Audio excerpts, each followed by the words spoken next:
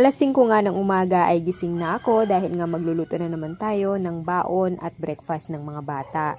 Pero si mama talaga ay nagigising siya ng mga 4:30 at siya yung nagsasaing at nagpapakulo ng panligo ng mga bata. Dahil wala nga yung dalawang kapatid ko ay mas heavy duty pa talaga yung mga gawain namin ngayon dito sa bahay. Tapos kasing makapagsaing ni mama ng kanin at makapagsalang ng panligo nila ay magbubukas na rin siya ng store.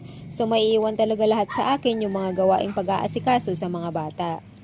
Ay madali ang luto nga lang para sa kanilang breakfast at baon sa school.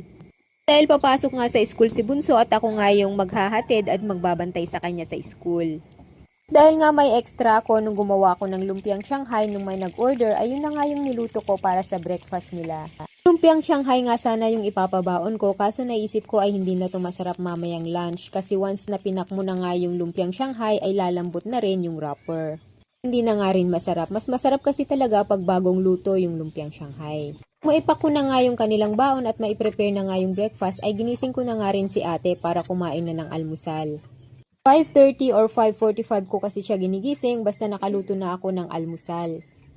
Burrito nga rin niya yung lumpiang Shanghai pero sabi ko ay wag niya nga masyadong damihan yung kumain dahil nga lumulobo na siya.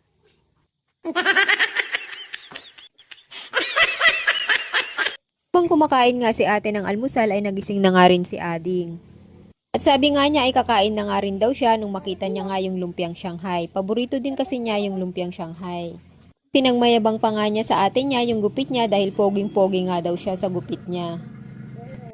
Bali maaga kasi kaming papasok ni Bunso dahil nga may bisita daw sila sa school at may feeding din sila ngayon.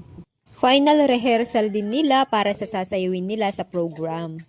Mga 11 o'clock na nga kami nakauwi at nagluto pa ako ng ulam namin at pagkatapos nga namin kumain ng pananghalian ay naglaba naman kami ni mama ng sobrang dami. Yun lamang po for today's video. Maraming salamat.